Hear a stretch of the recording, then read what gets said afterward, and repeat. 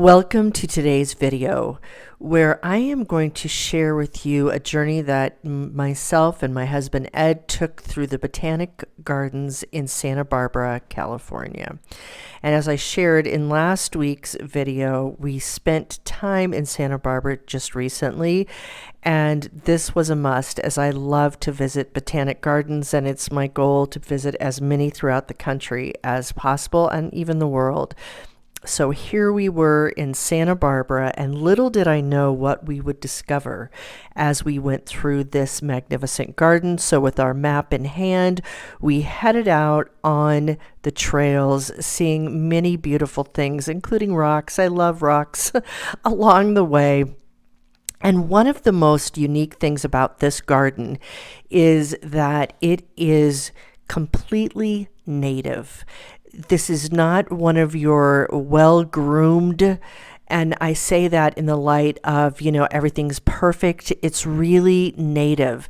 While there were both paved paths and dirt paths, everything there was no deadheading going on. It was simply nature at its finest. And as we continued to move through the garden, I was really amazed at what I learned and what I got to see along the way. Now, keep in mind, there were few flowers. Here are a few that we saw along the way because this is November when we went. And the good thing about it being November is that there weren't very many people there. We kind of felt like we had the place all to ourselves. But there weren't a lot of things blooming. So as we headed down the trail towards where they talked about the redwood part of the gardens, I was skeptical. I don't know why. I just like redwoods right here in Santa Barbara. Is that possible? And so as Ed and I walked to this part of the gardens, we were in awe quickly as we looked at the trees that were all around us. And they have trees going back to 1934, and from some Douglas firs to the redwoods to sycamores, all different kinds of trees that are just really magnificent and have been carefully orchestrated, shall I say, so that we can feel as if you are in the forest. And I think that's one of the things that I loved most about this botanic garden. Not only was everything native California plants, but that you felt like you were just hiking through a forest at many times, especially during this part of the gardens as we walked through the trees. Oak trees. Look at this oak tree. Just beautiful. California does have some of the most beautiful oak trees, and I am a huge fan of them. So again, there were quite a variety of trees that we were able to see, and just so many different specimens to help you to really see these native trees of California. And they were just so tall, I'll just say, above us. And what's a good tree without a good hug? So we both got to hug the biggest redwood that they had there. And look at this sycamore. Now this sycamore just really caught my eye with this great, you could just see the age of this tree with the rings in it. And then just to look up at the magnificence of this tree as it went up into the sky with all of its friends, and the forest floor, of course. And again, what I just really respected with the people that are putting this together, the Botanic Gardens, and they've been there since 1926. And so there's been many things that have just naturally happened. And I just want to give a shout out to the historical things they kept in place, like this aqueduct that brought water from this area down to the Santa Barbara Mission. This is up towards Montecito where the Botanic Gardens are.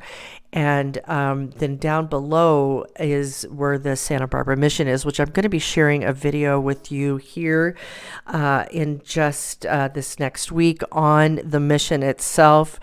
This is a 3-part series, and we'll put the links to all of them below. But they really shared with us the history of this aqueduct and how it supplied water down to the mission, and how the Native Americans there helped in the process. I was really struck by the changing of seasons as well. Beautiful spots to sit, as in any good botanic garden, so that you can really sit and enjoy the scenery, trails that took us off in different directions, and then again going back to the native plants that are so prevalent in this area, the cactuses and yuccas and a variety of plants that take you out into the California desert area. Just absolutely beautiful. Look at those yuccas, so lovely. And it was interesting as we walked through the pass, and they warn you there's all kinds of native critters, shall we say, including as we were walking right here, we saw on the rock in front of us there, we saw this lizard. It was really the only one that we saw that day. It was a beautiful day, by the way. But this lizard, which I absolutely love lizards, not a fan of snakes, and we didn't see any, but lizards I love. So from there, we headed across the street to where their pollinator garden is. And this is really where more of the flowers are specifically housed. So we walked up the trail. And one thing I will tell you, if you're planning on visiting the garden, wear good hiking shoes. I actually had flip-flops on, which wasn't the best choice, but learn our lessons as we go, right? So it really, because in many places it really does resemble both in the look and the ground below you, a real hiking trail. But it brought us up. We had a pretty good climb coming up to the pollinator garden, and oh my gosh, so many different varieties up there. Again, places to sit, things to see, and the views from up there as we kept climbing up were just absolutely beautiful. The volunteers, I just want to say, they have about 300 volunteers here at the gardens, which put in about 8,600 hours a year to put this all together. And again, here's one of those beautiful flowers that we saw along the way, of the few that we were able to see because of this time of year. I think it's important to note here the role that women played in making these gardens come to life. In fact, Anna Dorinda Blakesley Bliss is the person who donated the land for the gardens and funding to start the gardens back in 1926. And she is accredited, along with her daughter, Mildred Barnes Bliss, for making the gardens possible to begin with, as she had donated the land after she had built near here in Mission Canyon. And you can see what a glorious place this is at the base of the Santa Barbara Mountains. And another woman notable is Irvana Bissell. She was the garden's first associate director, and she established the mission to conserve and grow native plants here. It was really that mission that set this garden, this botanic garden, on its own, and remains so today as one of the top native plant botanic gardens in the country. And when you make it to the top of the pollinator garden, you will see there is the conservation center that was named after a gentleman, Charles Pritzloff, who his wife, another woman, donated $2.5 million to make the building possible.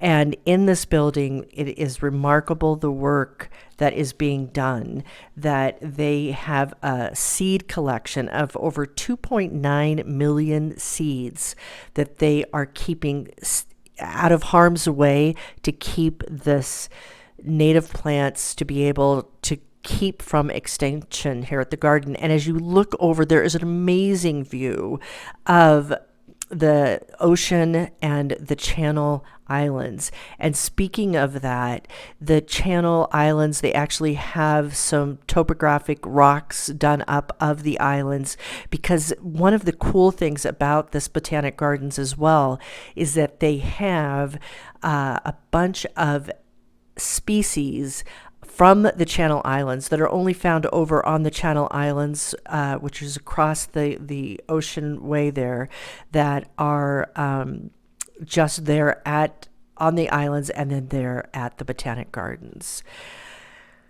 Again, views absolutely amazing as we started to wrap up our visit. Our feet were hurting a bit after a couple of hours, but my goodness, we just couldn't stop because the views were just so amazing here at the top of the mountain. And again, you can see the view from the gardens, and then looking back towards the conservation center, it is also a gallery, and there were so many beautiful prints inside of here. Really, the photographer, the wannabe photographer inside of me was just in awe of these pictures, and really gave you such a better feel for all the beautiful flowers and all the plants that are there in the Botanic Gardens. And again, this whole California region of native plants that are there. And it really makes you wonder, why bring in other plants when you have such a variety of this many plants? In fact, the oldest specimen there that they have is from 1861. From here, we headed back down the mountain to the main area of the Botanic Gardens, where they have plants for sale and a gift shop, of course, and all of that. And that really is going to finish up our tour of the Botanic Gardens. Be sure to subscribe, like, and give comments on what you think about native plants. I would love to hear.